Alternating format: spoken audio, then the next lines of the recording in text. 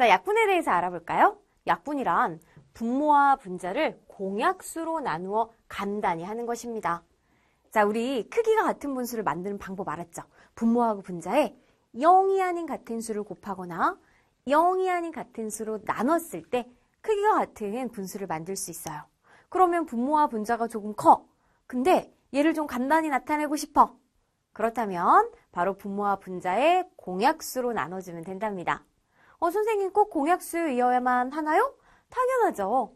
자, 예를 들어서 6분의 2 같은 경우에는 보세요. 만약에 3으로 나눈다 했을 때는 3은 6의 약수니까 6 나누기 3 가능하지만 3은 2의 약수는 아니죠. 그러니까 2 나누기 3 안 되는 거잖아요. 그러니 공약수로 나눠줘야 돼요.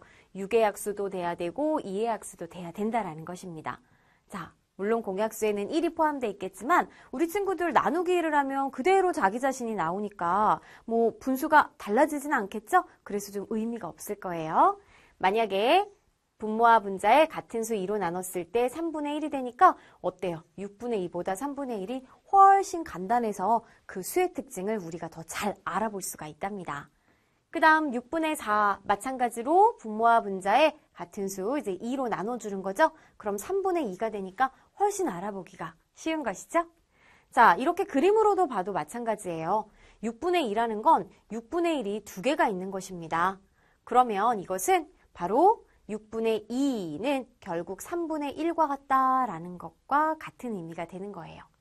이것도 6분의 4라는 건 6분의 1이 이렇게 4개니까 이때는 6분의 2가 3분의 1이니 3분의 1이 2개 있어서 3분의 2다 라고 하는 거죠.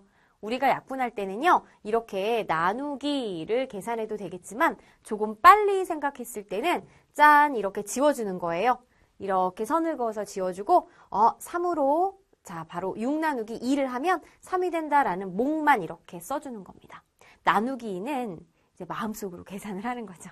그리고 2 나누기 2, 1이니까 이렇게 쓴 다음에 새롭게 예쁘게 정리해서 쓰는 이런 방법이 있어요. 그래서 앞으로 선생님하고 약분할 때는 우리가 조금 익숙해지면 짠! 이렇게 그어가지고 약분된 수를 작게 써서 정리하는 이런 습관을 우리 친구들도 함께 들여주세요. 자, 그러면 32분의 20을 약분해 볼까요?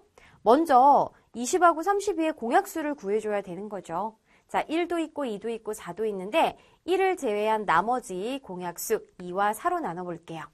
분모와 분자를 각각 공약수로 나누기. 만약에 분모와 분자를 이제 2로 나누면 32 나누기 2는 16, 20 나누기 2는 10이니까 32분의 20은 16분의 10과 크기가 같다라고 볼 수 있죠?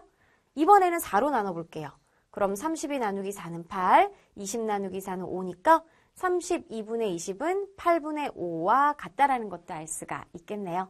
어때요? 공약수로 나누면 분모와 분자의 수가 뾰 쪼그라드니까 훨씬 우리가 보기 편하다라는 거 알 수 있겠죠? 기하분수 알아보기. 자, 기하분수라는 거 처음 들어보는 단어일 텐데 그 뜻이 뭔지 한번 살펴볼게요. 기하분수라는 것은 분모와 분자의 공약수가 1뿐인 분수라는 것입니다. 그러니까 우리가 분모와 분자를 공약수로 나누는 것을 약분이라고 하잖아요. 근데 공약수가 1뿐이라면 약분을 할 수 있을까? 이 분수는 더 이상 약분할 수가 없다라는 거예요. 그러니 어떤 분수를 아주 간단하게 약분할 수 있을 만큼 최대한 약분을 한 것이죠. 그래서 더 이상 약분할 수 없는 분수가 기하분수구나 라고 생각하면 됩니다. 예를 들어 32분의 20은 만약에 2로 약분한다고 한다면 16분의 10이 되는 거죠. 자, 이 16분의 10은 또 한 번 약분되잖아요. 공약수가 2를 갖고 있기 때문에 자, 2로 약분하면 8분의 5. 그럼 8분의 5로 만들었어요. 더 이상 약분되나요? 안 되죠? 가장 간단한 형태의 분수가 되겠어요. 그래서 8분의 5가 되겠습니다.